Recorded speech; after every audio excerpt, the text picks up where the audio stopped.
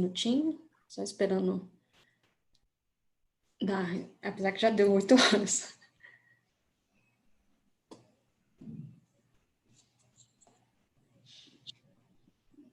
Vou dar só mais uns 2 minutinhos.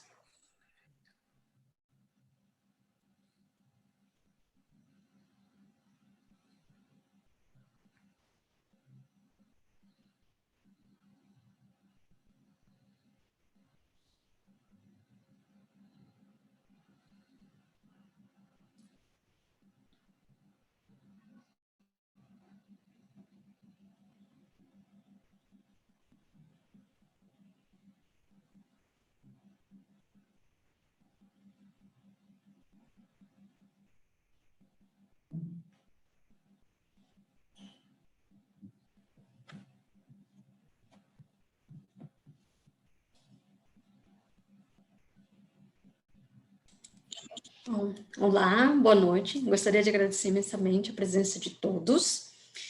Estamos aqui no mês de Outubro Rosa, numa ação do Outubro Rosa. E hoje gostaria de apresentar o Dr. Fernando Guastella. Hoje vamos estar falando sobre um tema do Volus Experience, a endometriose pelo ultrassom, como diagnosticar e estadiar o estado da arte. Eu sou a Marisa Cagito, gerente de clínica da linha Voluson, e sejam todos muito bem-vindos. Acima na tela que vocês podem olhar, tem um link onde tem falando da ação do Outubro Rosa e todos os webinars que vão estar disponíveis durante esse mês de outubro. Doutor Fernando, muito obrigada pela presença. Gostaria de continuar e dar início à sessão.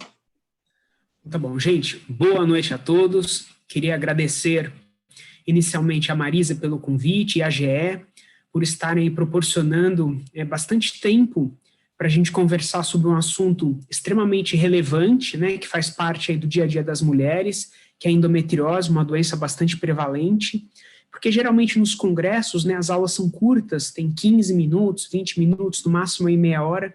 Hoje a gente vai ter um tempo razoável para nós conversarmos a respeito desse tema, né, 2 horas de aula, então acho que vai dar para aprofundar um pouquinho mais, e no final da aula é possível, né, que vocês façam perguntas aí durante a aula no chat, e no final, se tiver tempo, a gente discute e comenta aí as principais questões relacionadas com a aula. Eu queria agradecer também o Cetros, que é a instituição na qual eu represento, né, e que tem me ajudado aí ao longo desses anos para eu poder me aperfeiçoar nessa área, né, e aí dividir esse conhecimento aí com todas as pessoas que passam comigo aí nos cursos de endometriose que eu ministro na instituição.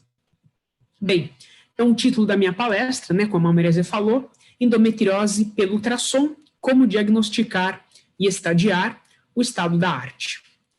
Eu vou ser bem direto, né, em relação ao assunto, para que a gente possa aproveitar ainda mais o conteúdo dessa aula. Então, eu dividi a aula em preparo para o exame e técnica demonstrando como diagnosticar e estadiar a endometriose.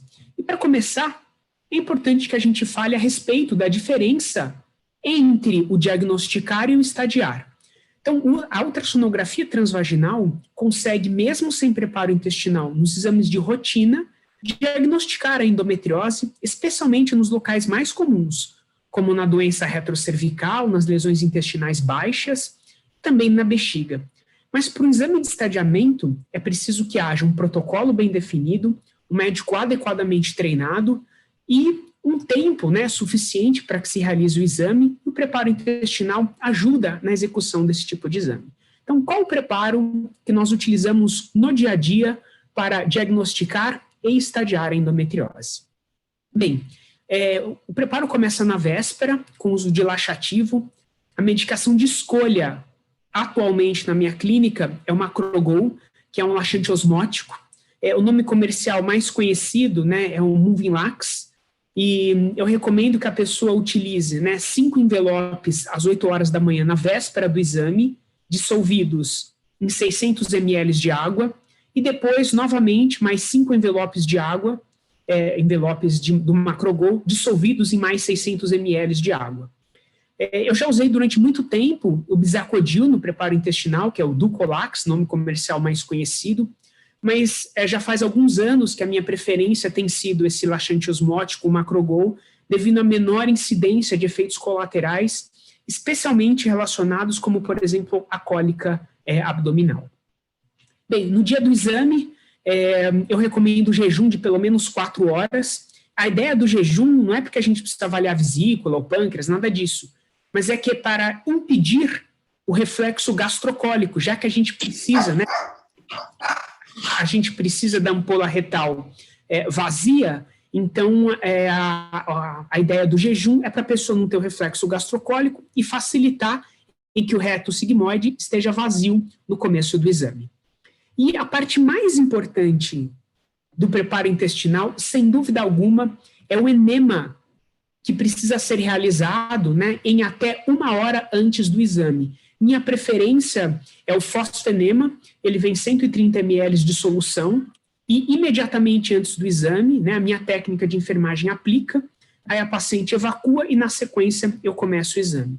Mas para as pacientes que queiram utilizar o medicamento em casa, ela pode utilizar desde que você comece o exame até 1 hora da aplicação do enema, senão é mais fácil a ampola retal encher de fezes novamente. E eu também gosto de hidratar bastante a paciente antes do início do exame, entre 600 e 800 ml de água, porque isso facilita, né, ter a peristalse ureteral, e aí a gente consegue avaliar, né, de maneira mais precisa o ureter e a bexiga durante o exame. Lembrando que nós começamos o exame de bexiga vazia, e a bexiga vai enchendo ao longo do exame.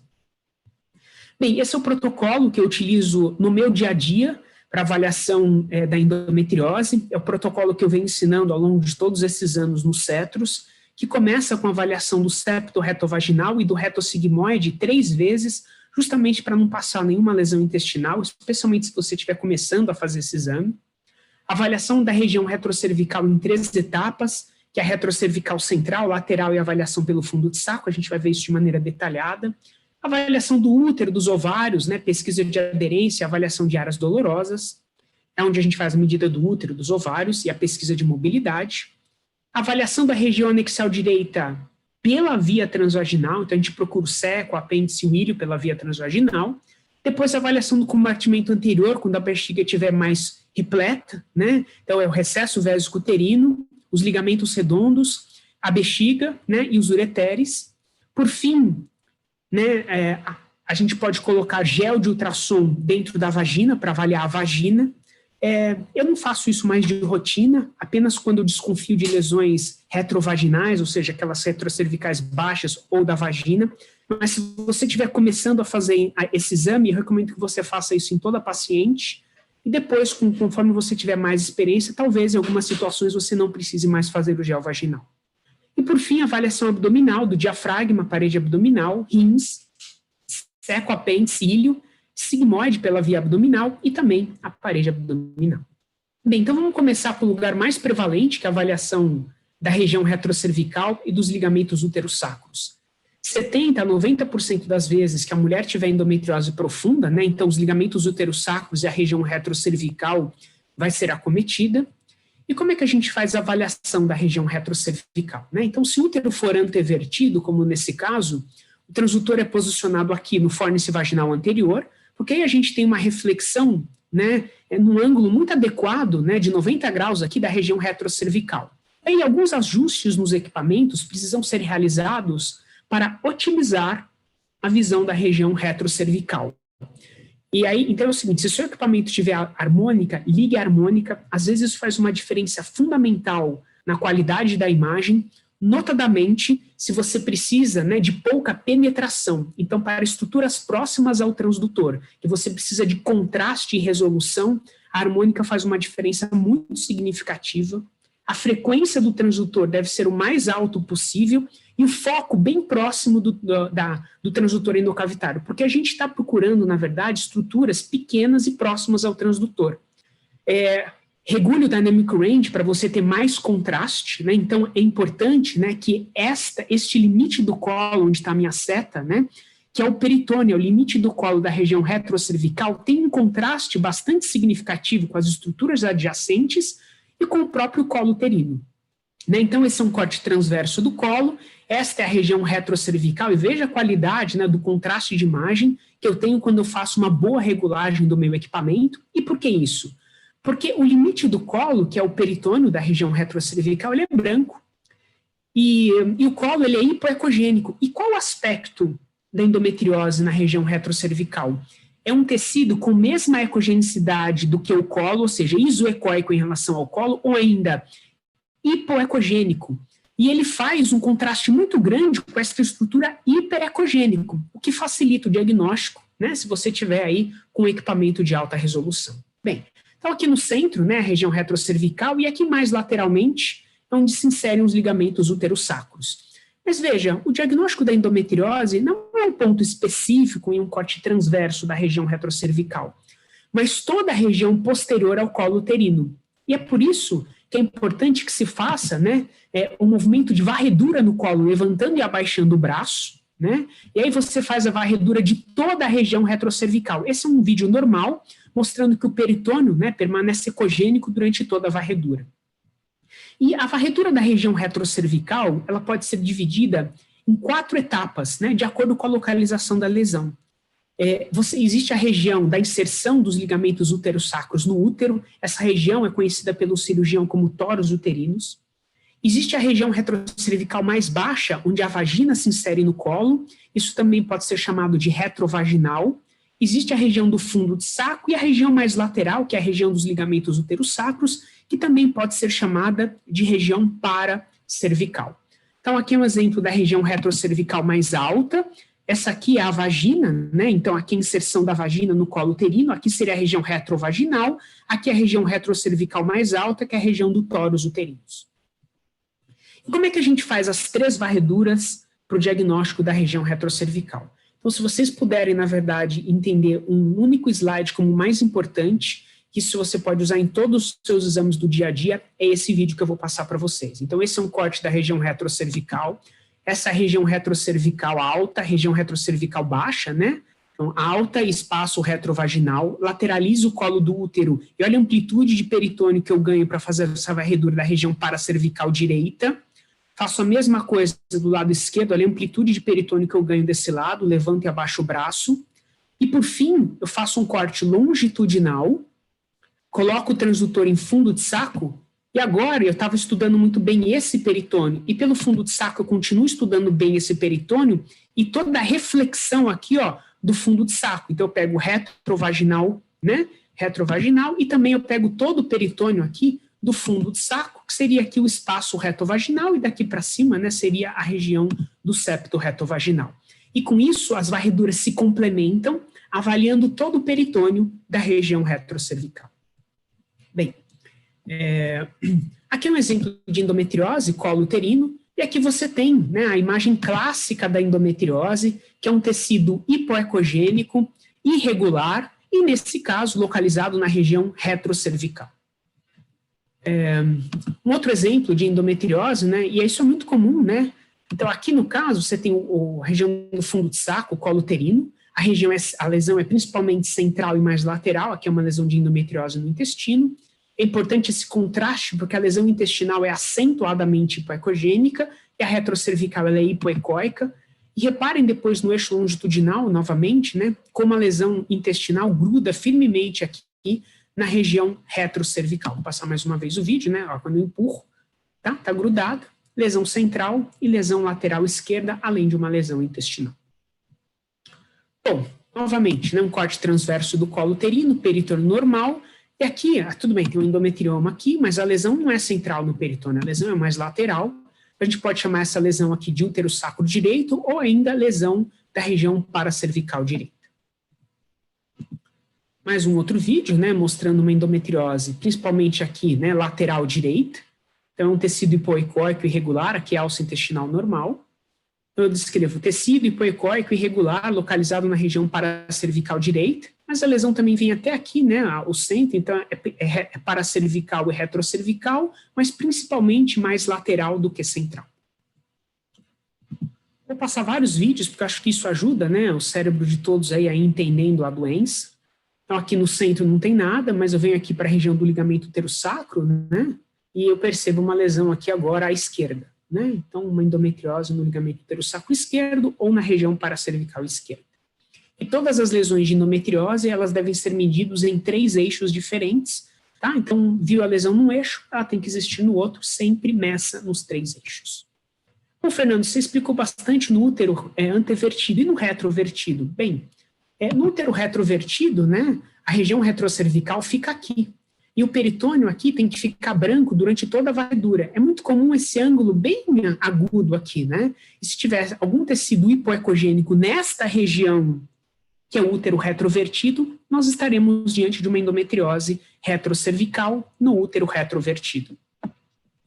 Então, aqui é um exemplo de um útero retrovertido, e é possível vocês perceberem um tecido, aqui é o eixo longitudinal do útero, vocês perceberem um tecido hipoecóico irregular localizado na região retrocervical, e que ela deve permanecer no outro eixo, né? Então, nos 2 eixos, o peritônio e a lesão retrocervical. Mais um outro exemplo de útero retrovertido, né? Aqui você vê que aquele ângulo, né, ele não está mais presente, e a lesão, nesse caso, ela é retrocervical e paracervical à esquerda. Mais um vídeo de uma endometriose, de um útero retrovertido. Aqui eu vou lateralizar, e olha aqui a lesão bem lateral, né, no eixo longitudinal.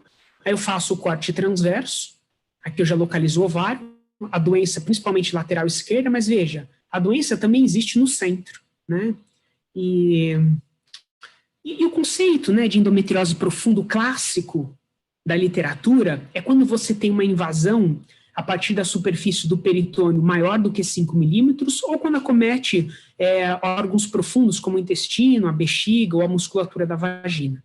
Mas com a resolução que nós temos nos equipamentos, né, hoje em dia, a gente não precisa de uma invasão de 5 milímetros para nós percebermos a endometriose.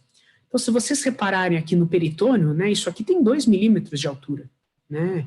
Tudo bem, a largura aqui tem 7, 8 milímetros, mas a resolução que os métodos por imagem, especialmente equipamentos de alta resolução, apresentam, né, não chega no ponto de nós identificarmos a endometriose superficial, que seria a definição menor que 1 milímetro, mas as endometrioses, né, a partir de 2, 3 milímetros, que no trabalho clássico, né, seria uma endometriose intermediária, isso já é possível de ser identificado nos melhores equipamentos de ultrassonografia. Tá? Bem, aqui eu queria dar uma dica para vocês em relação ao diagnóstico da endometriose, pela posição do útero, né? Então, esse útero, ele é antevertido, porém ele está retrofletido, né? Ele tem uma flexão aqui no corpo uterino. Eu acho que aqui no começo já fica ótima essa imagem. E o que eu queria mostrar para vocês é esse tecido hipoecogênico aqui atrás do corpo uterino, a gente chama isso de lesão em placa, lesão em manto, retrocorporal uterina. Olhou um útero como esse, antevertido e retrofletido, queria que vocês lembrassem que até que se prove o contrário, essa paciente tem endometriose. Esse útero, ele é muito sugestivo da doença, né, especialmente se a paciente não tiver uma cesárea anterior como este Moselle. Então, olhou o útero nessa posição, lembrar da possibilidade de endometriose não só retrocervical, mas retrocorporal atrás do corpo uterino. Bem, falamos da endometriose no local mais comum, e agora a gente vai falar sobre a endometriose na vagina, que seria o terceiro local mais comum da doença. O primeiro é a retrocervical, o segundo é o intestino, depois é a vagina, o quarto seria a bexiga, o local mais comum. Então, a vagina, eu já mostrei esse vídeo para vocês, né? Aqui a gente tem o fórnice vaginal, né? O fórnice, a vagina se insere aqui é a região retrovaginal, aqui é a região do tórax retrocervical mais alto, e esse é o aspecto normal da vagina, né? No eixo longitudinal, e aqui é no eixo transverso, a região do tórax uterino. Eu vou para o colo agora no corte transverso, e agora vocês perceberam aqui a interface da vagina, e aí eu pergunto para vocês, uma lesão aqui é uma lesão retrocervical ou é uma lesão vaginal? Bem, se a lesão estiver localizada somente na interface ecogênica, na linha branca, é uma lesão do peritônio, não é uma lesão vaginal. Agora, quando a lesão do peritônio, ela infiltra de maneira mais significativa e espessa, né, a musculatura da vagina, aí ela pode se transformar também em uma lesão vaginal, tá? Bem, com gel de ultrassonografia fica muito mais fácil de nós definirmos a lesão na vagina, porque eu queria falar para vocês que a lesão vaginal, ela é isoecogênica em relação à vagina, e é por isso que muitas vezes o diagnóstico de endometriose na vagina, ele é feito por espessamentos da vagina, né? E existem 2 lugares em que endometriose forma cisto, na vagina e na bexiga. de maneira mais frequente, né? Todo lugar pode formar cisto, mas esses são os lugares mais comuns. Então, o gel de ultrassonografia, né, quando a gente coloca, você separa aqui, né, a vagina do colo, fique mais ou menos a meio centímetro, 1 centímetro aqui, para você permanecer na zona focal, faça o movimento de varredura lateral e depois no eixo transverso e perceba que o peritônio abaixo está sempre ecogênico e que a vagina não tem nenhum sinal de espessamento focal. Essa é a vagina normal, avaliada pelo gel de ultrassonografia. Lembrando que se você ainda não tem muita experiência com o exame, faça isso de rotina, e quando você for mais experiente, talvez você faça isso nas lesões retrocervicais mais baixas, que são aquelas retrovaginais, porque algumas vezes essa doença afeta a vagina e o gel te ajuda a fazer essa diferenciação. Eu vou mostrar agora uma lesão de endometriose com gel. Aqui é a vagina normal, eu vou lateralizar o meu transdutor, e aqui é possível perceber que a vagina se engrossou na sua inserção, né, ficou mais espessa, e aqui é uma lesão de endometriose na vagina, aqui é uma lesão de endometriose no intestino abaixo. É um outro exemplo de endometriose na vagina. Eu gosto muito do gel vaginal, aqui é a lesão no peritônio, né? E eu gosto muito do gel na vagina, porque quando a lesão ela é na vagina, você tira toda a pressão do transdutor quando você coloca gel, e muitas vezes a lesão ela se protrui, né, aqui para dentro da luz, facilitando a sua identificação. Quando não tem gel, o transdutor comprime essa lesão, isso acaba empurrando o peritônio para baixo, e a lesão às vezes não fica tão clara, né, se ela é da vagina ou se ela é só do peritônio. Aqui é um exemplo, né, mostrando que de maneira frequente a lesão na vagina, ela se apresenta com cistos.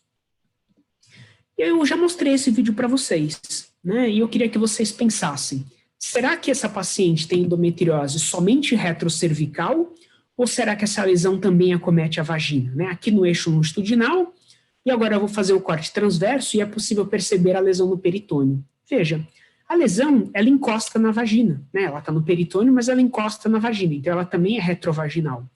Existe dúvida, né, se a lesão ela é vaginal ou não. E aí a gente coloca o gel. E olha que interessante quando a gente coloca o gel, né? Ela é espessa, né? E aí a vagina, a lesão, ela se protrui. Então, é nessas situações que eu acho que o gel pode fazer uma contribuição de maneira significativa para o diagnóstico da endometriose vaginal. Bem, agora vamos falar um pouquinho sobre a endometriose no intestino.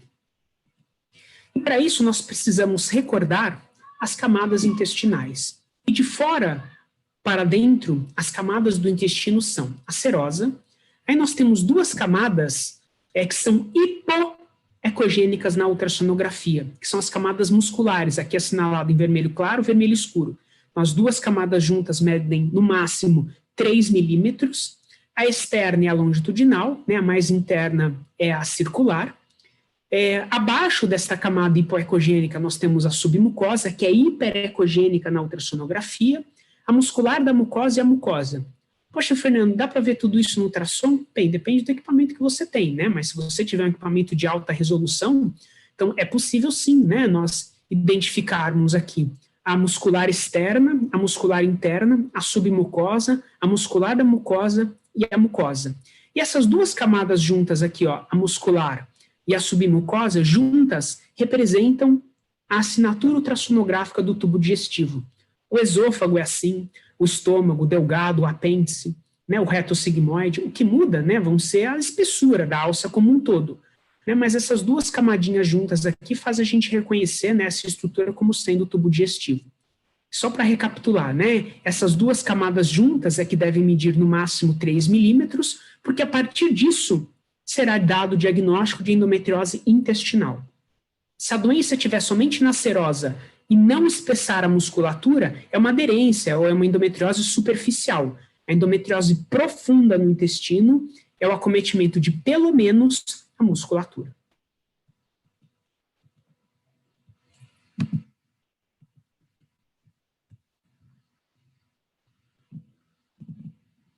Bem, então vamos olhar um exemplo aqui de uma endometriose intestinal. Aqui é a musculatura fina, aqui é a submucosa. Aí, de repente, a musculatura ficou espessa, né? Então, maior que 3 milímetros, e isso caracteriza, né, a endometriose intestinal, aqui no eixo longitudinal da alça e aqui no eixo transverso. Então, a primeira dúvida, talvez, que uma pessoa mais inexperiente fique é, será que é endometriose ou será que é um tumor de intestino? Bem, vamos recapitular a estratificação da alça. Então, aqui nós temos a luz, aqui nós temos a camada submucosa e aqui a musculatura. E nesta parte da musculatura é que você tem o espessamento, né? Ou seja, uma lesão de fora para dentro, e não uma doença de dentro para fora. E essa é a principal característica da endometriose intestinal e que nos permite diferenciar a doença de um tumor maligno do intestino. E aqui eu mostrei, obviamente, uma doença grande para vocês, né? Mas existem doenças muito pequenas, né? Às vezes que as peças, somente a camada muscular externa, e isso precisa ser descrito, porque o que a gente não pode errar em um exame de estadiamento, né, lesões intestinais e lesões no ureter, porque isso muda o estadiamento e toda a estratégia cirúrgica. A equipe cirúrgica, quando a mulher eventualmente vai ser operada, ela é feita a partir do estadiamento da doença. Daí a importância do estadiamento ser bem realizado, porque senão a cirurgia pode ser incompleta. Bem, uma informação importante para nós descrevermos no laudo é se a lesão de endometriose ela está restrita à musculatura ou se ela invadiu a submucosa. Então, quando a imagem fica muito bem definida entre a musculatura e a submucosa, nós chamamos isso, né, de endometriose apenas na camada muscular. E aqui é o colo do útero, eu vou para o transdutor aqui para fundo de saco, vou localizar o reto,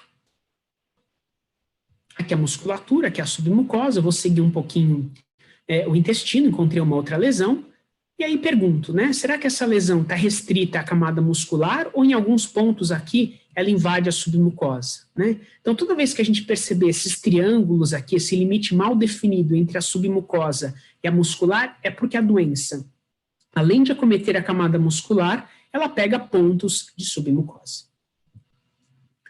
Uma outra informação importante que pode mudar, né, o que vai ser feito na cirurgia é a porcentagem da circunferência acometida. Isso porque lesões pequenas e às vezes restritas à camada muscular, às vezes a gente faz uma raspagem na cirurgia, um shaving.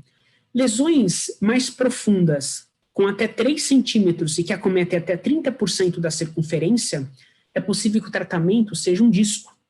E lesões maiores que 3 centímetros, maiores que 30% da circunferência, muitas vezes a gente precisa tirar um pedaço, né, um segmento intestinal.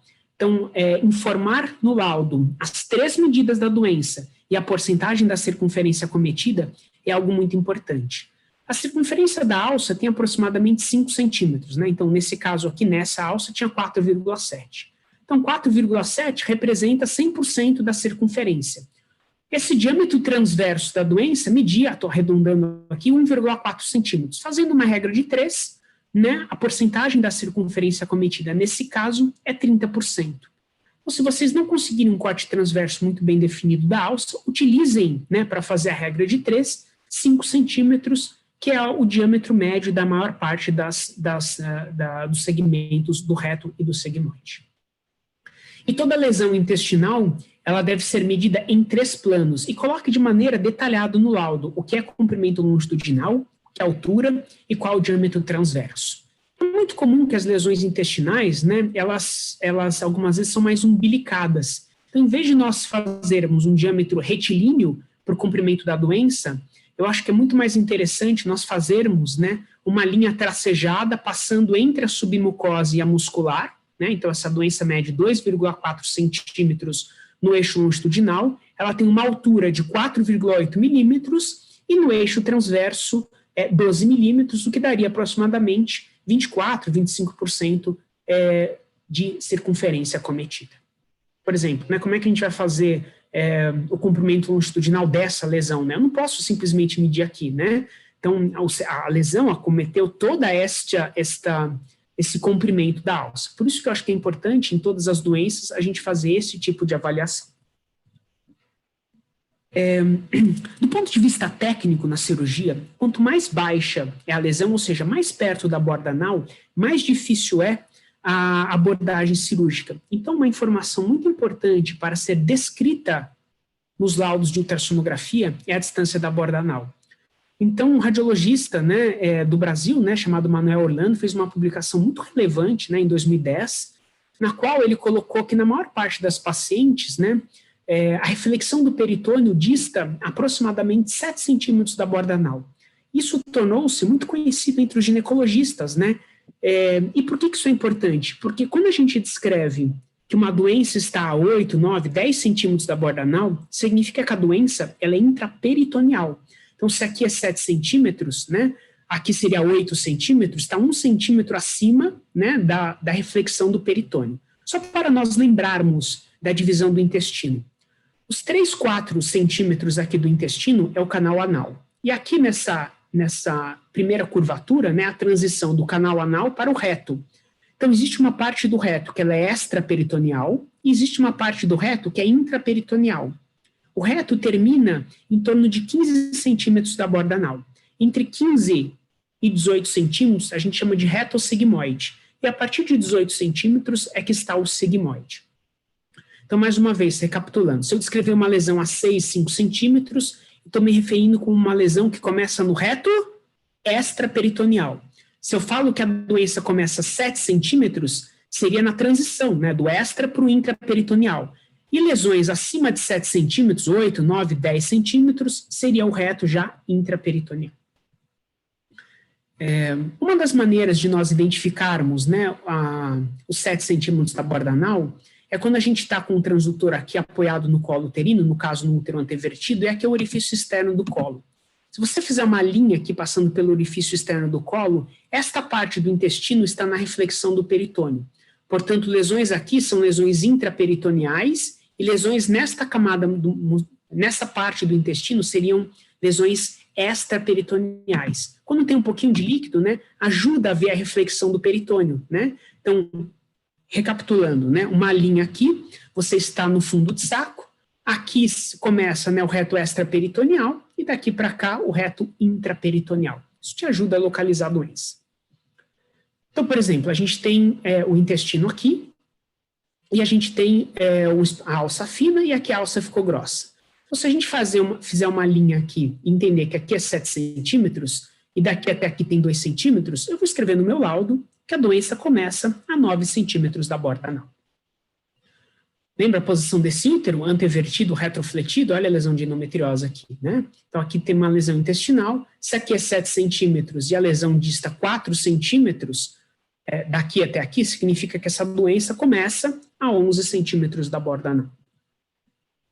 Bem, aqui eu tenho um útero no eixo transverso, né? Eu estou no fundo do útero, aqui vocês estão vendo o reto. Agora eu vou fazer uma varredura transversa em direção ao colo do útero. Tem endometrioma, tem aderência entre os dois endometriomas. Aqui você está vendo o colo do útero, aqui você está vendo uma lesão paracervical à direita, né? Ela é hipoecóica, e aqui você está vendo uma lesão intestinal que é acentuadamente hipoecóica. Se eu faço um corte longitudinal aqui no útero, eu não enxergo a doença.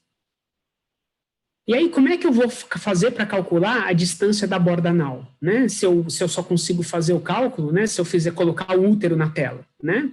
Então, a mesma imagem, né? O eixo longitudinal, a gente não vê a doença, mas aqui a gente sabe que é 7 centímetros. Então, você lateraliza o seu transdutor, continua olhando para a alça, se aqui é 7 centímetros, agora você calcula esta distância para essa, se aqui tem 2 centímetros, essa doença começa a 9 centímetros.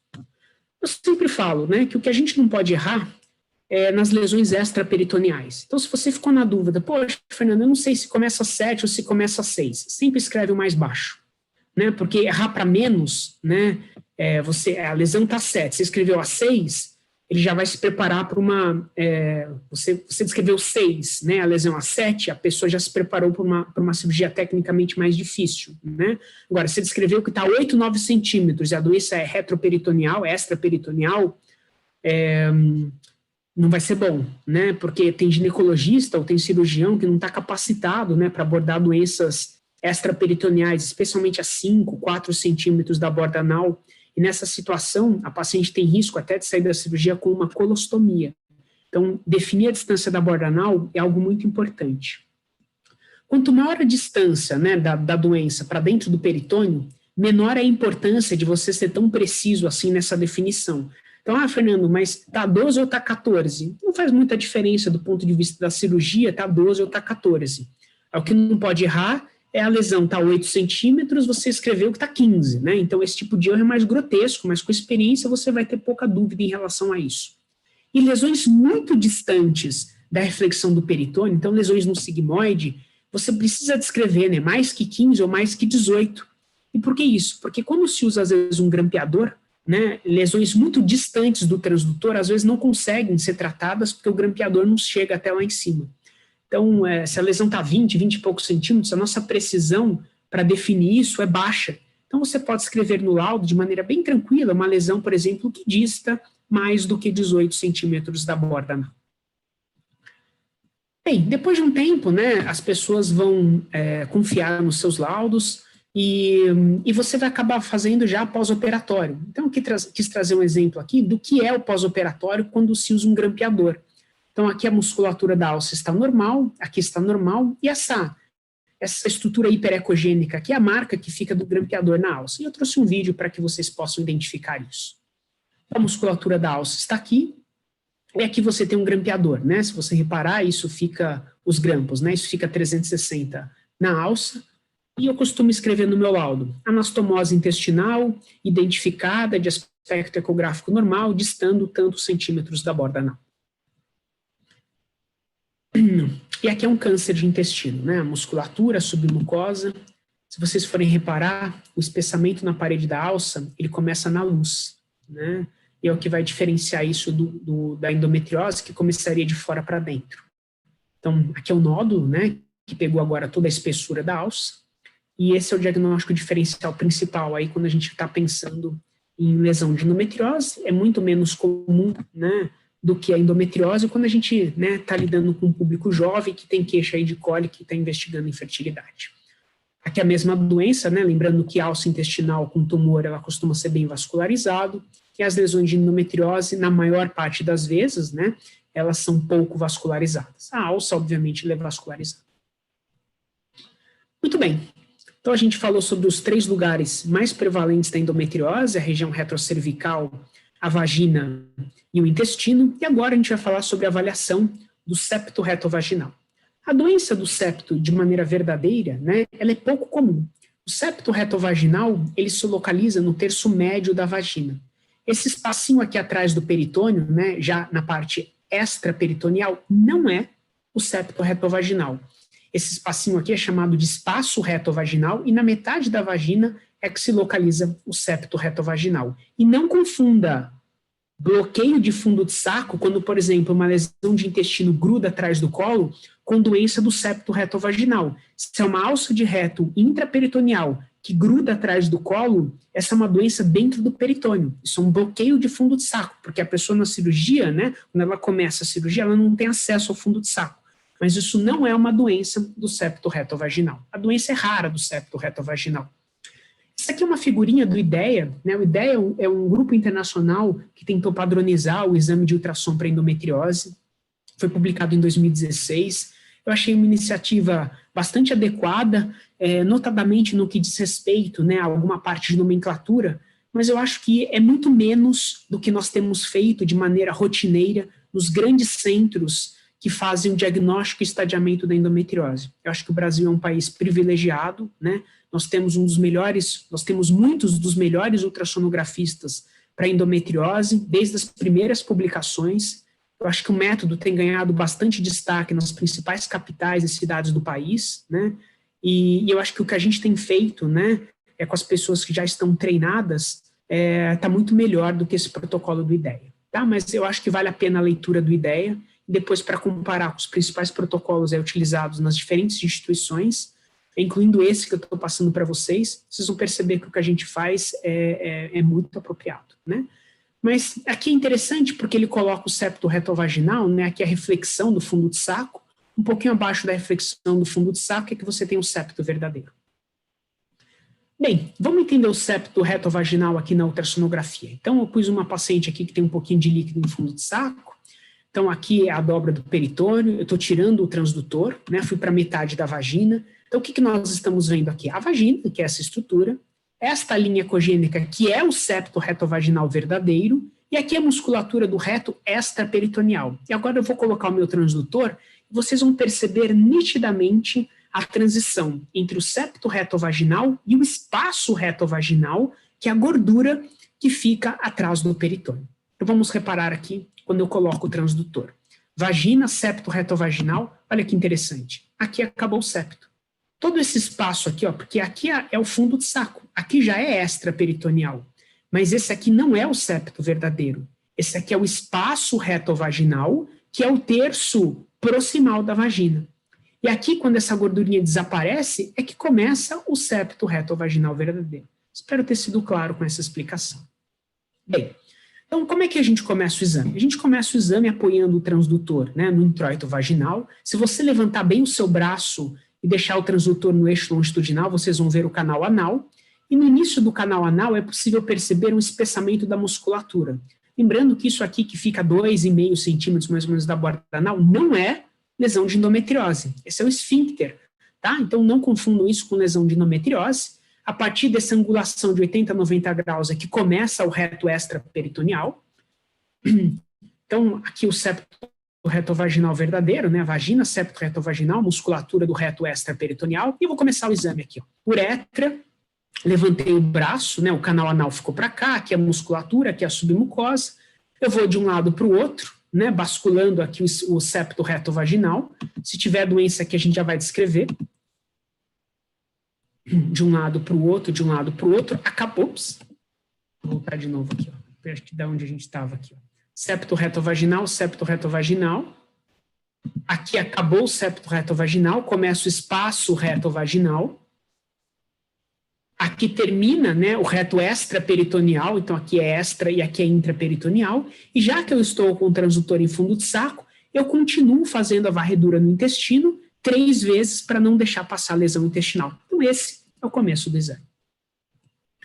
E por que eu estou falando de septo retovaginal só agora, né? Porque para você entender a doença do septo retovaginal, você já precisava ter entendido a lesão da vagina e a lesão do intestino. Eu não vou entrar no mérito, tem 4 tipos de doença do septo retovaginal, eu vou mostrar para vocês a mais comum, que é a doença que pega a vagina, a doença que pega o septo retovaginal e aqui o reto extraperitoneal. Lembrando que a vagina aqui vem fina, né? Aí lembra que a endometriose na vagina ela é isoecoica vagina, e ela espessa a vagina. Então a vagina vem fina, de repente ela ficou acentuadamente grossa, é comum ter cistos na doença vaginal, a musculatura vem fina, de repente ela ficou grossa, e a lesão no intestino, ela é acentuadamente hipoecoica. Vamos olhar um vídeo aqui.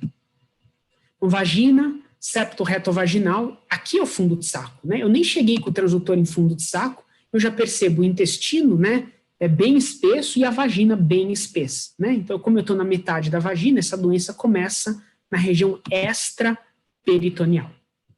Uma doença do septo retovaginal verdadeira, né? Lembrando, imagem normal, imagem de doença. Outro caso, né? Canal anal, acabei de passar o canal anal, né? Eu tô aqui a 4 centímetros, vou lateralizar meu transdutor e a doença aqui. Então, acabei de passar o canal anal, é uma doença que começa a 4,5 centímetros, né? E aqui a vagina fica grossa e aqui a doença do reto extraperitoneal. Tá, esse útero ele está médio vertido, né? Tem um pouquinho de gel aqui é o orifício externo, o útero está médio vertido. Doença na vagina, doença no intestino, a doença aqui, ó, no intestino termina aqui, né? Aqui, se você for ver, ó, a distância da borda anal é uma lesão bem baixa. Isso é a doença do septo verdadeiro. Outro caso, né? Coloquei o transdutor, passei aqui o canal anal, eu já percebo a vagina espessada e uma doença intestinal. Muito bem. Avaliação do compartimento anterior. Então, a bexiga é o 4º local mais acometido pela doença, entre 6 e 10% das vezes que a mulher tem endometriose profunda, ela tem doença vesical. Mais uma vez, né, essa figurinha aqui é do IDEA, eu achei ótima a padronização que eles utilizaram para dividir a bexiga, né, e a endometriose na bexiga. E a bexiga aqui ela pode ser dividida em 4 partes. Então, vamos ali para as partes da bexiga. Aqui é a uretra. E a definição de trígono pelo IDEA é da uretra mais 3 centímetros. Se a lesão tiver aqui nessa localização, é uma lesão no trígono. De 3 centímetros até a reflexão do peritônio, chamado de base. E a partir da reflexão do peritônio, se a doença estiver aqui, é a cúpula vesical. E aqui seria a bexiga extraabdominal. E é interessante que, para avaliação da bexiga, a paciente esteja com uma quantidade aí moderada de urina. Muito te atrapalha e pouco também. Por isso que eu hidrato, né, entre 600 e 800 ml de água antes do exame. E ao longo do exame a bexiga vai enchendo, essa é a última parte que eu olho aí, antes de tirar o transdutor, e aí a gente consegue perceber a interface ecogênica aqui em cima. A gente faz essa varredura no eixo longitudinal, depois a gente vira o transdutor, faz no transverso, né, e agora a gente faz no eixo longitudinal, e sempre, né, a gente tem que identificar essa interface ecogênica. Quando a gente empurra a bexiga tem que deslizar, e quase sempre a lesão de endometriose na bexiga, ela causa uma aderência entre a bexiga e o útero. Mais uma vez, recesso vésico-uterino, e se a gente lateraliza o transdutor, a gente vê aqui anteriormente a saída do ligamento redondo, isso não é tuba, é o ligamento redondo, a tuba é posterior aqui. E aqui mais uma vez, né, o ligamento redondo e a tuba sai aqui embaixo, tuba, tá? E o recesso vésico-uterino, todo o peritônio normal. E aqui eu coloquei uma lesão bem grande, né, de endometriose na bexiga, lembrando que na bexiga é comum a formação de cisto, e olha como adere, né? Não é comum a aderência associada a nódulo vesical. Definição de endometriose na bexiga, é o acometimento do detrusor. Se estiver só no peritônio, não é endometriose profunda na bexiga, endometriose no peritônio. E mais um exemplo, né? Aqui uma lesão menor de endometriose na bexiga, para mostrar que a lesão na bexiga, quando ela é moderada ou pequena, ela não acomete a mucosa, ela é uma lesão restrita ao detrusor. Por isso que, eventualmente, uma paciente que faz uma cistoscopia numa lesão como essa, a cistoscopia pode não mostrar a doença. Tá? E quase sempre você vai ter o acometimento do peritônio abaixo da lesão. Você tem uma lesão no peritônio, e essa lesão no peritônio tem contiguidade com a lesão vesical. Tá? Então, ela respeita a mucosa, diferentemente do câncer de bexiga, que parece um couve-flor aqui para a gente da bexiga, né? A lesão de endometriose, ela é extramucosa. Mais uma vez, né, uma outra lesão de endometriose, olha como respeita a mucosa, formando cistos. Tá? Endometriose vesical. E toda vez que você acha a lesão de endometriose, para você identificar que parte da bexiga está acometida, eu recomendo que você deixe a bexiga da paciente cheia, faça o exame pélvico, localize a uretra, né? E aí, com a bexiga cheia, você vai fazer a medida. Então, se da uretra mais 3 centímetros é o trígono, essa doença ela começa na base. Aqui é a reflexão do peritônio. Se a doença começasse daqui para cima é cúpula, aqui é base, aqui é trígono. Essa lesão ela pega base e cúpula. Aqui é o colo uterino, você tem bastante endometriose aqui atrás. E aqui a gente olha o recesso vésico uterino, não tem endometriose no detrusor, mas existe uma endometriose no peritônio. E para mostrar a diferença para vocês, que às vezes tem endometriose no peritônio, mas você não tem endometriose acometendo a bexiga, né? E isso não tem 5 milímetros. Aqui a gente consegue enxergar lesões menores quando você tem bastante contraste, foco proximal, né? A harmônica ligada, frequência resolução. Isso te dá essa capacidade diagnóstica. Muito bem, avaliação do ureter. 3% das endometrioses profundas acometem o ureter. E a importância disso é que, quando acomete o ureter e dá hidronefrose, a pessoa pode perder o rim, né? E isso muda o estadiamento da doença. É importante que a gente saiba reconhecer o ureter na ultrassonografia. Mais uma vez, né? Para localizar o ureter é importante ter peristalse e que a bexiga tenha urina. E para localizar o ureter, você coloca o transdutor no fórnice vaginal anterior, puxa mais ou menos 2 centímetros do transdutor para fora. Depois que puxou o transdutor para fora, lateraliza o transdutor ou bascula o transdutor até perceber o meato ureteral. Perceber o meato ureteral aqui, gira 45 graus o seu transdutor, você alonga todo o trajeto do ureter na parede da bexiga.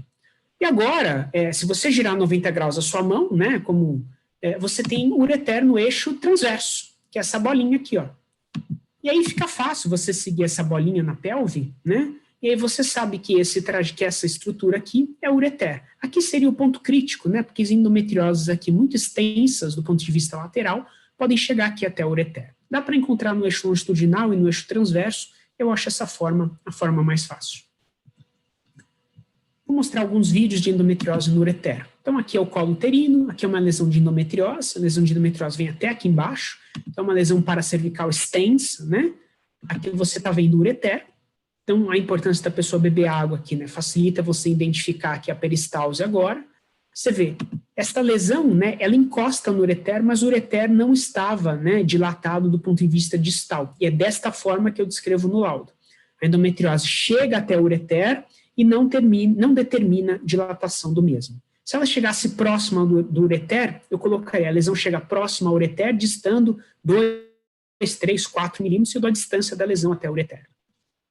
Aqui você tem um cisto de corpo lúteo hemorrágico, aqui você tem o ureter, esse ureter ele já está pinçado, um pouquinho tracionado para dentro, porque isso é uma lesão de endometriose. Mais uma vez, né, a peristalse facilita você identificar o ureter até a bexiga, né, ó. A gente volta aqui com o ureter, e a lesão de endometriose encostando no ureter. Outro caso, colo do útero, peritônio absolutamente normal, paracervical direito, retrocervical, aí aqui na região paracervical esquerda a gente percebe o espessamento do peritônio, o ovário que está aqui grudado, né, o folículo, o ovário grudado. Olha que interessante esse ureter, né, o ureter aqui dilatado e o ureter aqui fino. Então o ureter absolutamente medianizado, preso na lesão de endometriose aqui junto do ovário e da região paracervical e dilatado para cá. Tá? Então, além da lesão medianizar e encostar no ureter, esse paciente tinha dilatação do ureter proximal e hidronefrose. Existem dilatações do ureter ainda muito maiores, né?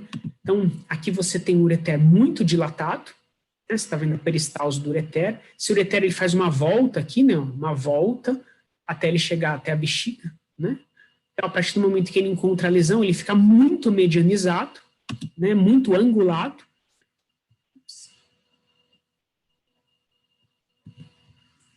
Mais uma vez o vídeo, né? Ureter dilatado.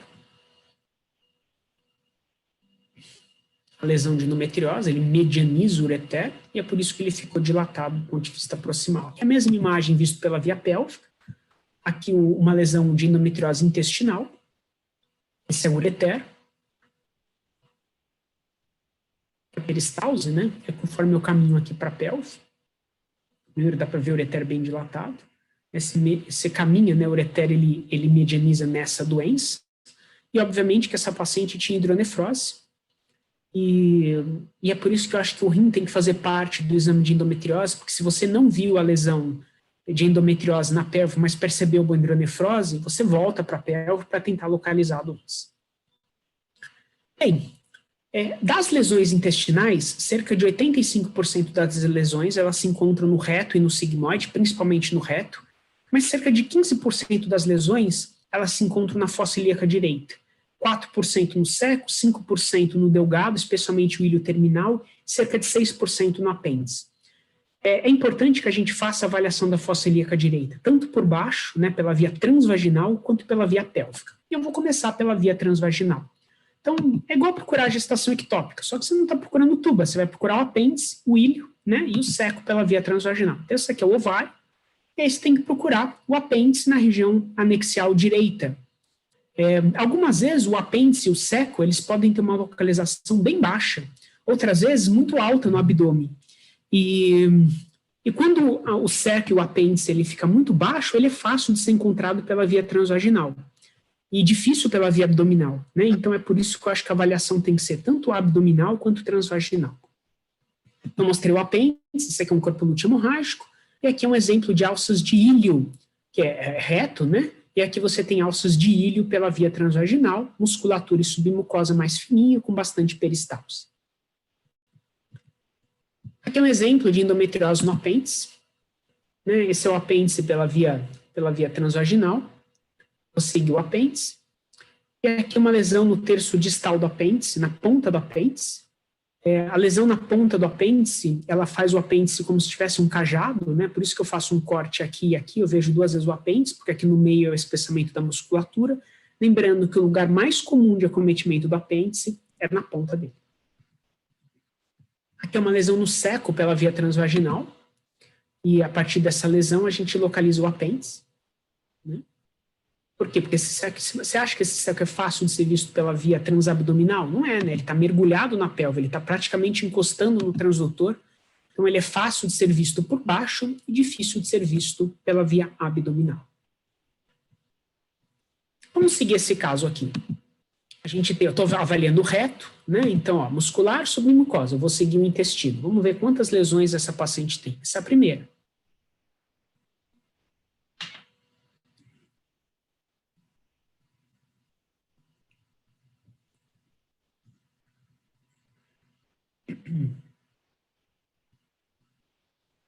Aqui é a segunda lesão.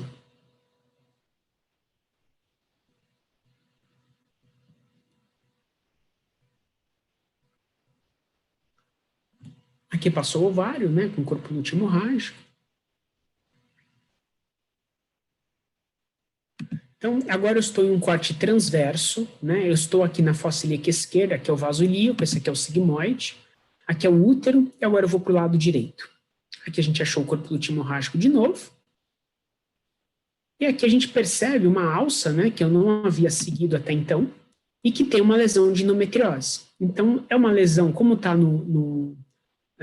com parede muito espessa, né, esse aqui é o seco pela via transvaginal. Então, às vezes, não é fácil a gente identificar o que é seco pela via transvaginal, mas se você seguiu todo o reto sigmoide, não encontrou doença, foi na fossa ilíaca, encontrou uma lesão no intestino grosso, você está avaliando o seco. Ou se perceber que o apêndice saiu dessa alça, você entende que isso é o seco. Tá? Então, são maneiras de nós... Pela via abdominal é fácil entender o seco. Pela via transvaginal, às vezes, pode dar um pouquinho mais de trabalho. Eu costumo falar, né?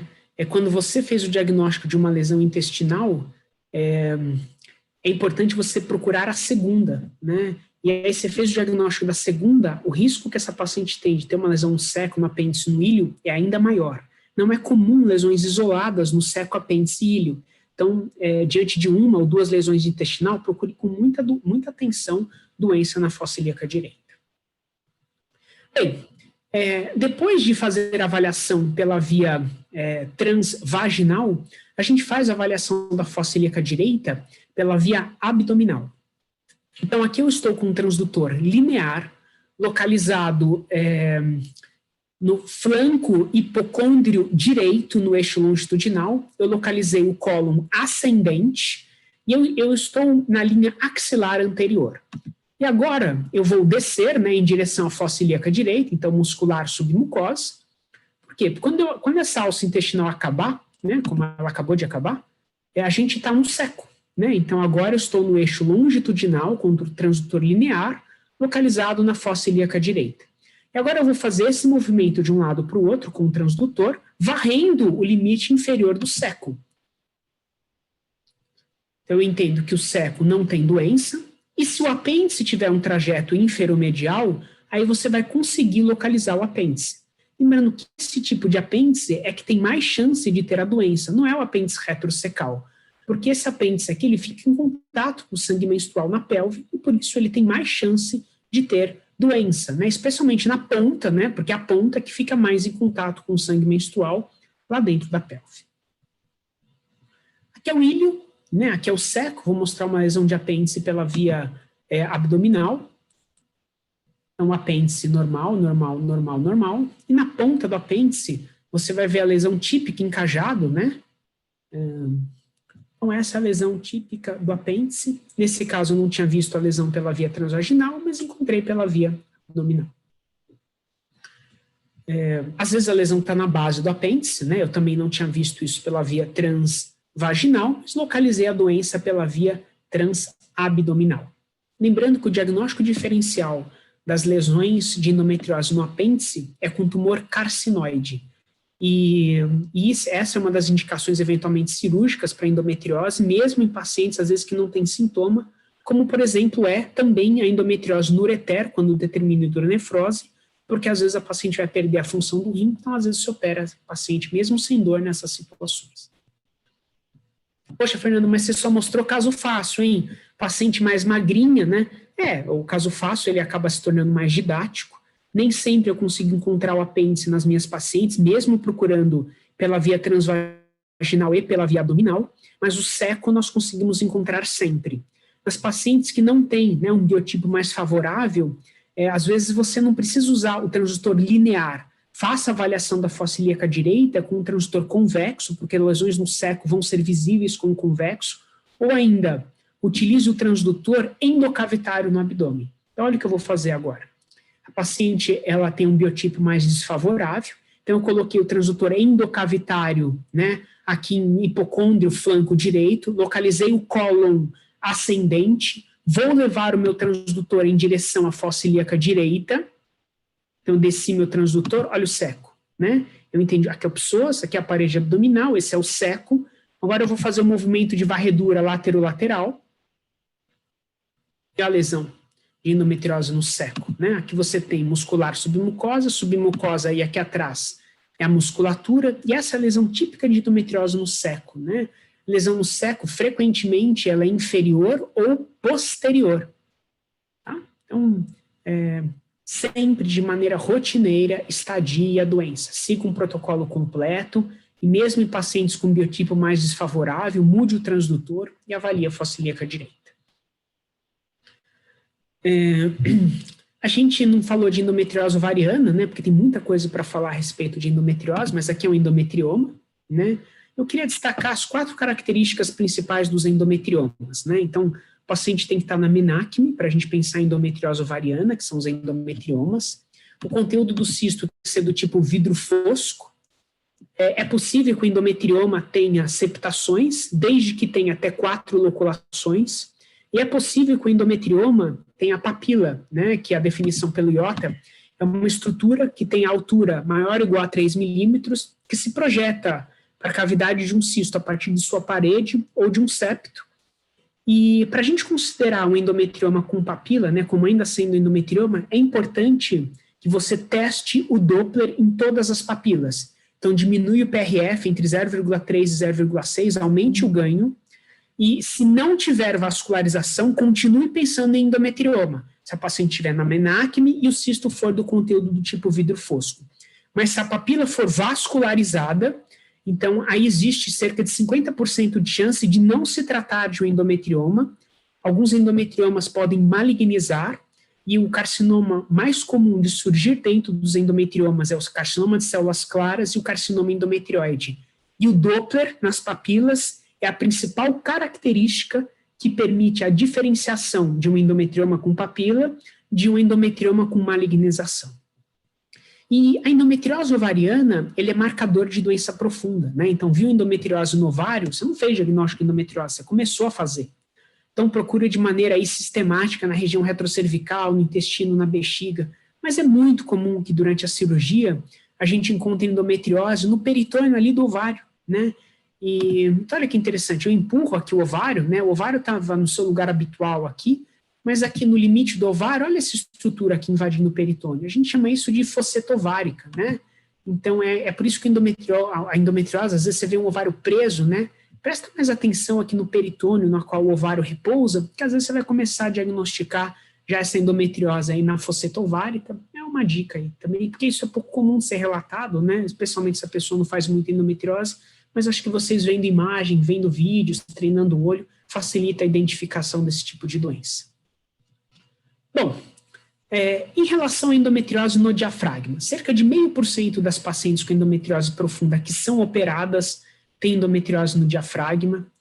Os sintomas, eventualmente, podem ser dor no ombro direito durante o período menstrual ou ainda pneumotórax espontâneo, né, especialmente durante o período menstrual, isso é chamado pneumotórax catamenial. E 97% das lesões, elas são à direita, né? É raro você ter uma lesão isolada à esquerda. E eu utilizo o transdutor convexo e o transdutor linear para avaliação do diafragma. Então, aqui é o pulmão, esse músculo aqui é o diafragma, aqui é o peritônio, aqui é o fígado. Estou no eixo longitudinal, para vocês entenderem aqui a transição, né? Aqui você tem o diafragma no eixo longitudinal. Aqui eu fiz um corte oblíquo, né? Então aqui você está vendo costela a costela, e aqui você está vendo o diafragma. Eu faço isso em todos os espaços intercostais para avaliação do diafragma. Eu acho que a gente tem uma boa resolução do músculo, né? Na parte que é acessível ao método. E vamos ver um pouquinho de doença, né? Então aqui você está vendo o fígado, aqui é o fígado, aqui é o peritônio, e esse músculo é o diafragma. Olha o nódulo, né? O paciente respira. E esse nódulo aqui pegou toda a espessura do músculo diafragma. Esse paciente tinha muita dor, né, no ombro no período menstrual. E tinha um diagnóstico prévio de bursite, né? Talvez ela já tivesse bursite, mas o que ela tinha também, com certeza, é uma endometriose no diafragma. E às vezes a endometriose ela é pequena, né? Então aqui é o diafragma, aqui é o fígado, aqui é o peritônio. Então essa doença aqui, ela não está nem acometendo o músculo, né? Ela está no peritônio do espaço subdiafragmático. A gente tem resolução suficiente, às vezes até para entender se a doença só está no peritônio ou se ela acometeu a espessura do músculo. Mais uma vez. Muito bem, então recapitulando aí o protocolo que a gente utiliza no serviço, né, nos cetros, que eu acabo ensinando aí nos cursos. Para quem tem interesse em aprender mais endometriose, o Cetros disponibiliza aí 2 tipos de curso, né, que é o ultrassom transvaginal avançado, na qual eu passo aí praticamente todo esse protocolo, e é um curso bastante rico de doença. Então, se você não tem, né, contato com endometriose, ainda não sabe fazer, eu acho que esse é o curso para você fazer.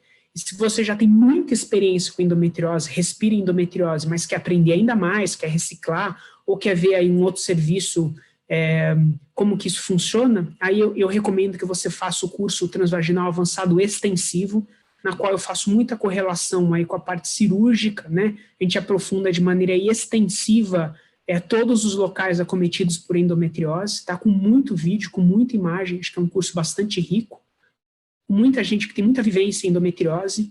Eu acho que isso que é importante, né? Para que a gente adquira aí um know-how e compartilhe experiências e que todo mundo possa crescer.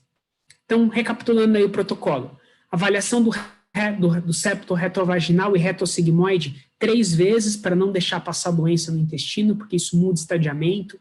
Avaliação da região retrocervical naquelas 3 etapas, retrocervical central, lateral e avaliação do fundo de saco. Avaliação do útero, do anexo e pesquisa de mobilidade, avaliação de áreas dolorosas.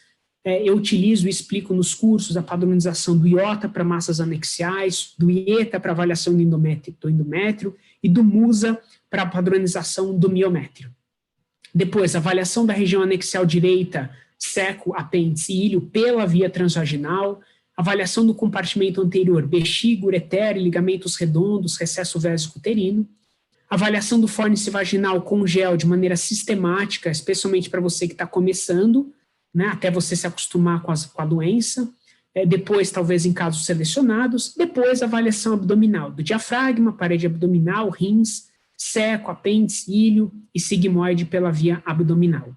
A ultrassonografia, ela consegue identificar a lesão, né, pelo menos no trajeto dos principais nervos, mas a gente não enxerga o nervo em si. Isso também é discutido nos cursos avançados extensivos.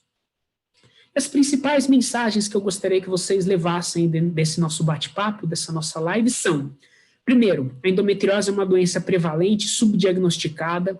É possível você dar o diagnóstico, né, em todo o exame transvaginal, especialmente, né, da doença retrocervical, aplicando aquelas 3 varreduras no colo, independentemente do preparo intestinal. Aí você vai diagnosticar a doença, mas quando for estadiar a doença, né, aí é preciso que você tenha um treinamento adequado e um protocolo bem desenhado, né, que abranja os locais mais prevalentes da doença. Muito obrigado. Acho que deve ter sobrado bastante tempo aí para a gente bater papo. Sobrou bastante tempo. Eu estava com medo de ficar muito longa, eu até falei mais rápido, mas acho que a gente pode discutir bastante aí com as pessoas, não sei o número de perguntas que você tem no chat. Agora estão em torno de uns 136, 140, mas os doutores estão muito tímidos. Teve uma pergunta só, doutor Rodrigo, e o doutor Álvaro também perguntou pelo WhatsApp aqui. Pelo WhatsApp. Muitos agradeceram a apresentação, falaram assim que está bem excelente, né? A apresentação foi bem completa, como o doutor falou que faria mesmo. Esqueci de fazer a apresentação do doutor no começo. Marisa, está tranquilo, a gente, acho que... estamos entre amigos, a gente é de casa aqui, de casa. Normal, né? Acho que eu já falei onde eu trabalho, tá ótimo. Sim, Então, os doutores quiserem fazer umas perguntas, podem fazer. Bom, o doutor Rodrigo, ele pediu dicas da técnica da aplicação do gel, que o doutor mostrou lá as imagens, né, que foram feitas com a aplicação do gel. Então, ele queria entender melhor esse tipo de método, como que o doutor coloca o gel, se o gel com o transdutor já introduzido na vagina e o doutor vai colocando o gel, ou se tira e coloca depois, ele queria entender melhor essa técnica. Tá bom. Eu acho que é importante que eu uso 2 seringas de 20 ml, tá, com gel vaginal. Essas seringas, é importante que elas sejam feitas alguns dias antes do exame. Acho que tem um microfone ligado.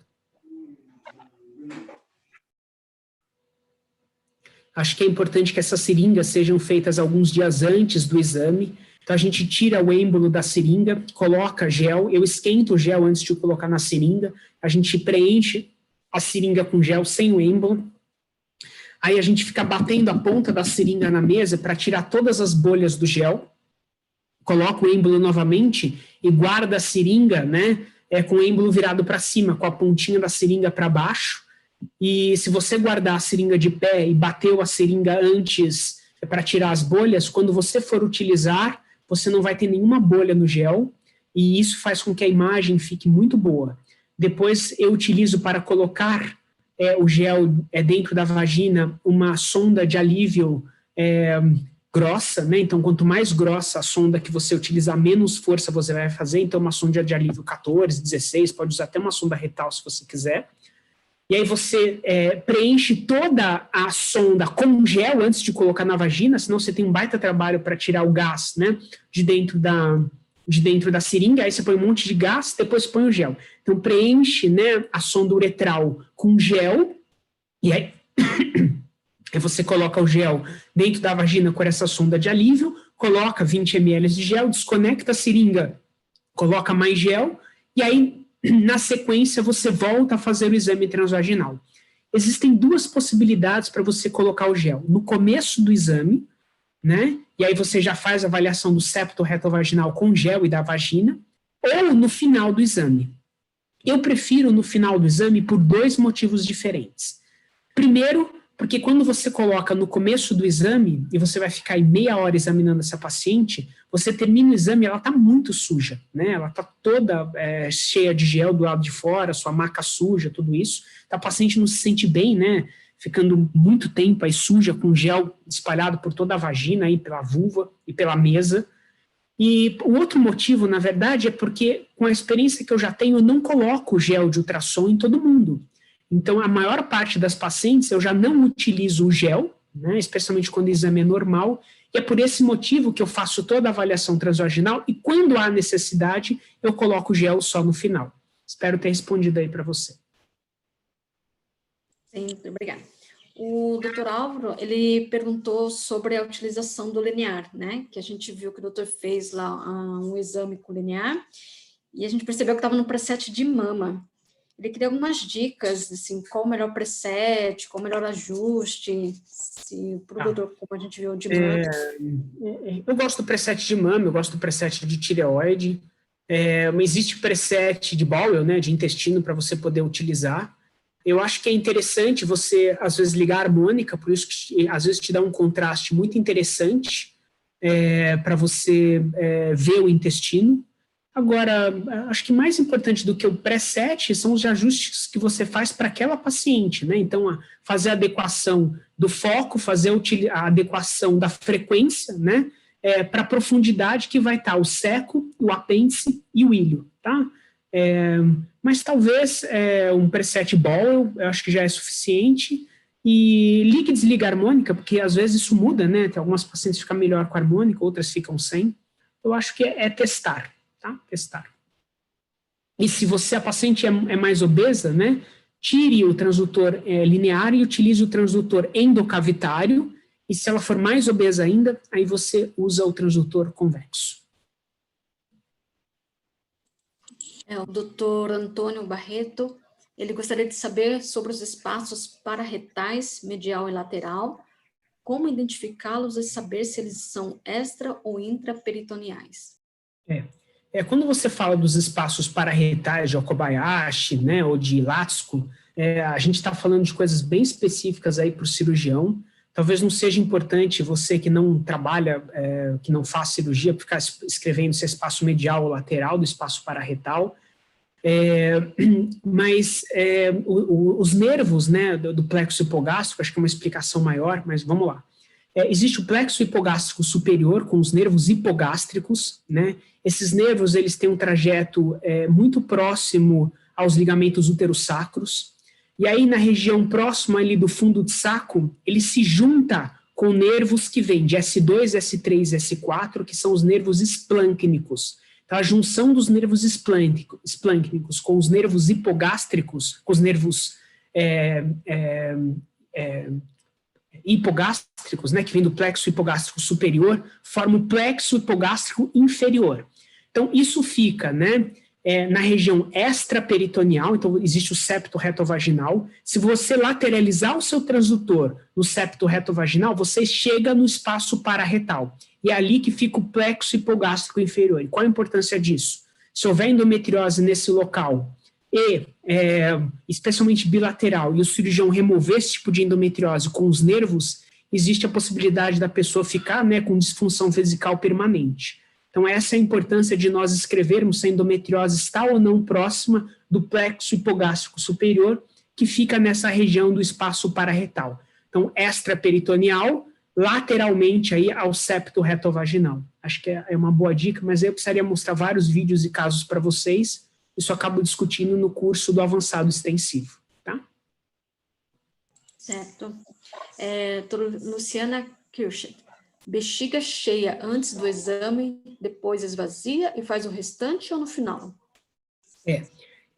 Eu acho que a parte mais importante da endometriose é a avaliação da região retrocervical, porque é o lugar mais comum da doença. E a bexiga cheia, ela te atrapalha você ver justamente a parte mais importante do exame, que é a região retrocervical. Existe a possibilidade de você começar pela via pélvica de bexiga cheia, né?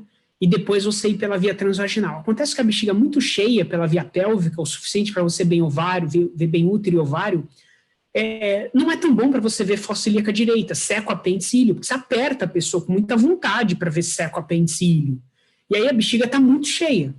Então, eu não gosto de começar o exame pélvico com bexiga cheia para fazer a parte abdominal e depois ir para a parte transvaginal.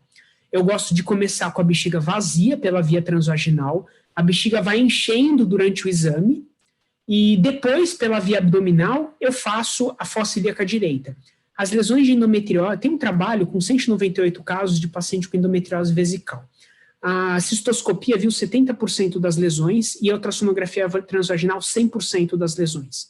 Isso mostra que se você tiver um treinamento adequado para ver lesão vesical, a via transvaginal ela é excepcional, né? Ela vai te dar uma imagem da bexiga muito melhor do que a via pélvica, inclusive, porque as lesões elas não se projetam para a luz, elas são extramucosas. Então, começa o exame de bexiga vazia pela via transvaginal, hidrate essa paciente antes do exame, a bexiga vai enchendo durante o exame, e na metade para o final do exame você vai ter uma quantidade suficiente de urina dentro da bexiga, que também não é muito cheia, porque senão a bexiga muito cheia até te atrapalha. E depois que eu termino a parte transvaginal, que a paciente está com bexiga cheia, e eu vou para a parte abdominal, eu deixo a paciente ir para o banheiro, porque eu já olhei a bexiga, eu até falo para a paciente, se quiser fazer xixi de novo, pode fazer, volta, porque eu vou apertar bastante a sua bexiga, a sua barriga, e é melhor até você estar de bexiga vazia do que de bexiga cheia. Então, eu começo com a bexiga vazia, recomendo que você faça isso, mas eu acho que a parte mais importante é que você siga todas as etapas do protocolo. Eu tenho a ordem, eu coloquei a sugestão da ordem, mas se você se sente confortável de fazer numa ordem diferente, não importa, desde que você siga, né, todas as etapas do protocolo. Eu acho que isso é que é importante. Eu acho que acaba respondendo essa outra que pergunta se faz diferença começar pelo abdômen com a bexiga parcialmente cheia, ao invés de começar pelo vaginal, foi o que o doutor respondeu. E aí pergunta se faz abordagem transretal. Ótimo. A abordagem transretal, ela é excepcional, né? A imagem, ela fica muito semelhante à via transvaginal. Deixa eu abrir um exame transretal aqui para as pessoas verem. Vocês estão vendo a minha tela ou não? Sim. O final, onde está o obrigado. Ah, não. Então, eu tô abrindo aqui minha pasta de exames. Daqui a pouco eu compartilho essa tela aqui para vocês. Eu vou mostrar um exame transretal. Quase. E perguntaram qual o tempo médio para a realização do exame. E outra dúvida, né? Ouvi falar que o convênio começou a cobrir este procedimento. Isso procede? Porque tem uma pergunta que fala que quando o convênio não libera o exame de pesquisa de endometriose profunda, o que fazer? Uma vez que o convênio só autoriza transvaginal simples. Então, um doutor falou que não cobre. E essa outra pergunta está falando assim, ouvi falar que o convênio começou a cobrir. Então, tem uma dúvida se está cobrindo o exame de endometriose ou se não está cobrindo. Se não cobrir, se cobre como um exame de ultrassom simples.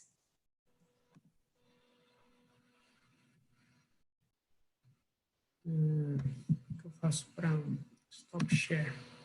Deixa eu colocar share screen de novo aqui. Agora vocês estão vendo a minha tela de novo, então? Um monte de imagem ou não? Sim. Sim? Então vamos lá, eu vou começar um exame de ultrassom transretal.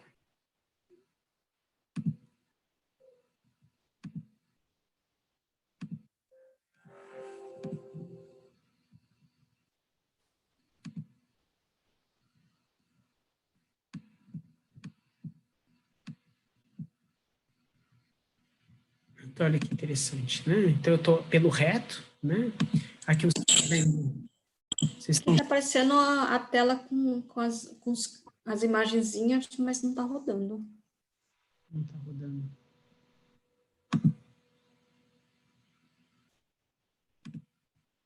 Vamos ver se vai agora, peraí. E agora? Foi agora, Marisa? Agora sim. Agora sim. Então, eu estou pelo reto, aqui é a vagina posterior, aqui é a vagina anterior, aqui a interface, né, entre os folhetos vaginais. E olha a imagem do útero, como ela é muito boa, né? A gente está pela via transretal.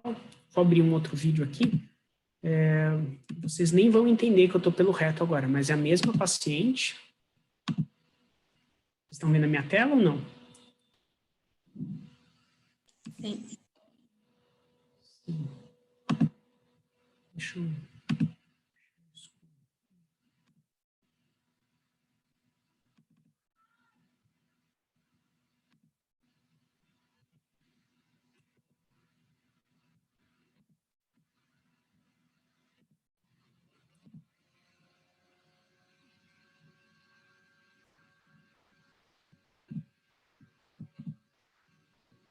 O doutor está compartilhando.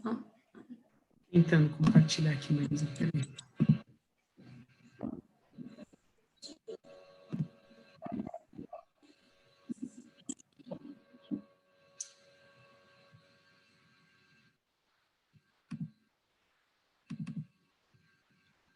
Estão vendo a minha tela? Passando o vídeo ou não? Não. Bom, então vamos responder a pergunta, fica para a próxima eu passar esses vídeos, mas... Então, eles perguntaram em relação ao convênio, se está cobrindo o exame de endometriose. Tá, então, só respondendo do transretal. Então, o transretal é uma ótima via quando a paciente não pode fazer o transvaginal, tá? Ela não é melhor que o transvaginal, mas ela pode ser usada, por exemplo, em pacientes virgens, né? Você está na sua cidade e não tem ressonância magnética. Você pode fazer o transretal com preparo intestinal usando a própria sonda de ultrassom transvaginal. É um ótimo exame. A ressonância para paciente virgem não consegue colocar o gel, né, de ultrassom na vagina da paciente. Então, a via transretal aí, ela vai trazer uma imagem muito interessante. Se a paciente não tiver objeção de fazer, seria uma via muito interessante. Em relação aos convênios, né, é uma negociação diretamente do laboratório com as operadoras. Tem laboratório que realmente se sujeita a fazer isso pelo convênio, e acho complicado, né, você fazer isso com um exame simples para o exame de estadiamento, né. Eu costumo marcar esse exame aí para eu fazer de hora em hora. Talvez se eu corresse, se eu fizesse muito mais rápido, eu conseguisse fazer ele em 30 minutos ou 40 minutos, mas é um exame bastante complexo, né, para você fazer por um código simples, né, um ultrassom transvaginal simples. Parece que saiu agora um código CBP-HPM lá para esse tipo de exame, mas não existe código TUS ainda para o exame transvaginal com preparo intestinal. Eu acho que esse é um desafio aí para o CBR e para a gente, para tentar fazer um código TUS para esse exame, porque eu acho que isso é a própria evolução do exame transvaginal, assim como aconteceu com a obstetrícia, né, em que você teve o exame obstétrico, o exame morfológico. Eu acho que você precisa ter um exame transvaginal e você precisa ter um exame transvaginal especializado, que é o ultrassom para mapeamento da endometriose. Eu acho que a gente tinha que brigar para esse tipo de situação, porque senão vai ficar difícil, né? Você oferecer uma qualidade boa. O que vai acontecer, na verdade, é que vai ter um monte de gente que vai fazer esse exame pela operadora, provavelmente uma qualidade ruim, porque vai ter que fazer muito exame. E, bom, e aí, vamos para a próxima pergunta. O doutor Álvaro perguntou se o doutor faz toque vaginal antes do exame, que a professora Liu Valent, da Suécia, recomenda de rotina. Eu sou ginecologista de formação, eu faço consultório de ginecologia, e então nas minhas pacientes eu faço toque vaginal e na sequência eu faço o exame transvaginal com preparo intestinal. Agora, quando eu recebo o paciente de outras pessoas, né, para fazer o exame, eu não faço o exame transvaginal, o toque vaginal, tá? Eu faço apenas o exame. Eu não examino o paciente de outra pessoa, tá? Não faço isso. Acho muito interessante se você tem experiência de tocar. Se você não tem experiência de tocar, se você não é ginecologista, acho mais complicado, a não ser que você receba um treinamento para fazer isso, tá? É um toque diferente do toque só para você ver posição de útero. A gente incomoda mais a paciente para fazer esse tipo de exame. Talvez isso funcione na Suécia, mas acho que colocar isso ou em outro país, né? Mas fazer isso agora nos laboratórios de rotina para paciente que não é sua, eu acho complicado. Eu acho que para paciente sua, se você tivesse essa disponibilidade, faça. Agora, eu não faço quando a paciente não é minha. Tá? Certo. Doutor João Agueira, ele comentou, né, somente como sugestão, uma pequena anamnese prévia ao exame toque vaginal, né, como o doutor comentou, somente varrendo o fundo do saco posterior no sentido anterior-posterior lateral, pode ajudar a buscar a lesão, mesmo em colegas não ginecologistas. E ele fala que a técnica da avaliação dos úteros sacro, ele acha importante falar, pois até pouco tempo se achava que eles não poderiam ser avaliados pelo método. Eu acho que as considerações que esse colega fez são extremamente pertinentes, né? Como a gente está num ambiente aí que a gente não tem muita adequação de tempo ainda, né, para essas aulas online, eu acabei falando bastante rápido tudo isso, mas eu acho que ele foi muito feliz nas colocações dele, né, em relação principalmente à anamnese, né, um bom exame ultrassonográfico ginecológico, ele começa com data da última menstruação, dia do ciclo, paridade, sintomas relacionados à endometriose e também à infertilidade. Se possível, avaliação realmente com o dedo em fundo de saco ajuda, tal, mas a história clínica ela é fundamental. Quando a pessoa tem mais experiência, né, eu mostro o útero sacro visível, né, nos cursos avançados extensivos, é possível realmente ver o útero sacro quando você tem mais experiência, mas se você não identificar o útero sacro, isso não é importante, desde que você entenda todo o peritônio da região retrocervical. Você pode chamar isso de paracervical ou útero sacro. Quando você é mais experiente e entende que é útero sacro, você chama de útero sacro. Se não, você pode chamar só de região paracervical, entendendo o peritônio da região retrocervical. Então, eu acho que foi bastante feliz as colocações do colega. E o doutor Kelson Passos, ele acha que o nome do exame deveria ser mudado, já que se utiliza os 3 transdutores, né, o linear, convexo e o endo. É verdade. Quadro exame para pesquisa de endometriose, ou mapeamento para endometriose. Mas já é esse nome, não é?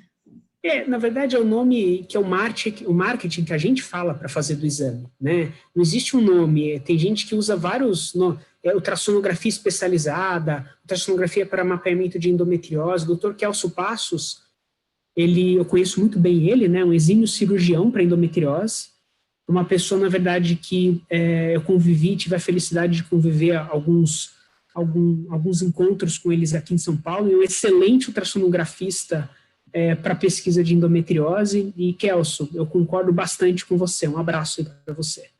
Também concordo, acho que a gente deveria ter um nome específico para isso, com código TUS específico para isso.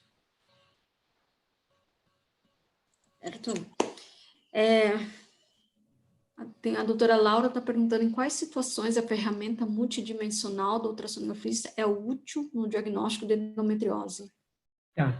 Eu não falei de ferramentas mais avançadas, assim, algumas ferramentas, né, tipo o VCI do Volus, assim, ele te dá um contraste do peritônio, assim, uma visão da zona juncional muito interessante para o diagnóstico da endometriose, mas acho que o 3D, como em si, ele não melhora a acurácia do exame, né? Eu acho que a avaliação pormenorizada do peritônio, né, no modo bidimensional, é mais importante do que qualquer avaliação multiplanar ou multidimensional que o método te permite, tá?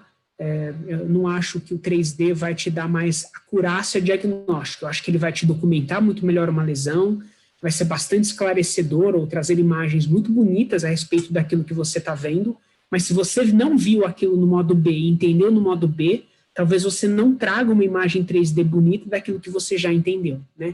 Eu acho que ele documenta muito bem a doença, mas talvez não melhore a acurácia do método. Assim como a elastografia, né? A elastografia, ela confirma aquilo que você já tinha visto. Então, a elastografia, as lesões de endometriose, elas são rígidas. E quando você aplica a elastografia no transdutor endocavitário, você percebe que aquela lesão hipoecogênica no peritônio que você viu, ela é rígida. Mas você só consegue fazer a elastografia naquilo que você já viu. E as lesões, elas são extremamente características de endometriose. Então, eu não acho que a elastografia melhora a acurácia, porque, afinal de contas, você já diagnosticou a doença e ela tem alta especificidade para o diagnóstico com a imagem ultrassonográfica. Tá? Seriam recursos mais avançados aí da ultrassonografia. E do Psulo Salles, não sei se é Psulo ou digitou Paulo, né, Salles. Qual a quantidade de água que deve ser oferecida antes de iniciar o exame? Eu coloquei ali no começo do exame entre 600 e 800 ml de água. A paciente chega na minha clínica, eu dou daqueles copinhos de plástico pequenininho, 3, 4 copos de água para ela, cada copinho ali tem mais ou menos 100 ml. Chegou na clínica, bebe 3, 4 copos de água.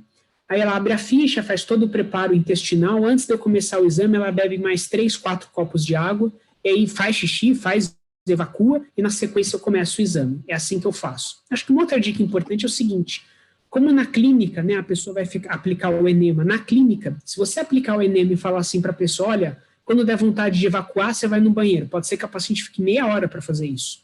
Então, assim, aplica o enema e fala para a paciente, se em 5 minutos você não tiver vontade de evacuar, vai lá, tenta evacuar, pode ser que não saia nada, e na sequência você começa o exame. Então, acho que essa é uma dica prática interessante aí do preparo na clínica. Bom, eu acho que conseguimos responder todas. E agora podemos finalizar, então. Muito obrigada, doutor Fernando, pela excelente aula.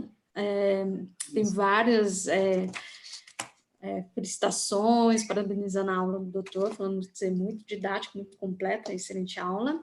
E a gente aqui agradece também pela aula do doutor.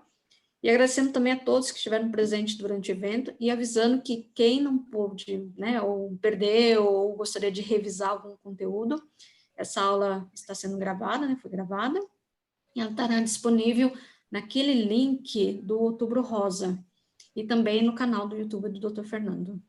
Muito obrigada, doutor. Gente, Marisa, muito obrigado, Gé, muito obrigado a todas as pessoas que participaram aí dessa live, a todos os amigos. Eu espero revê-los aí nos congressos, nos cursos, e se precisar, entre em contato comigo. Um forte abraço a todos, boa noite. E até segunda-feira, né, tem uma nova live, né, doutor? E semana que vem, né, segunda-feira, das 8 às 10, eu vou falar bastante sobre tumores anexiais, toda a padronização do IOTA e diagnósticos diferenciais. E aqui já deixamos aberto o convite para todos os doutores. Muito obrigada, doutor. Muito obrigado. Boa noite. Boa noite.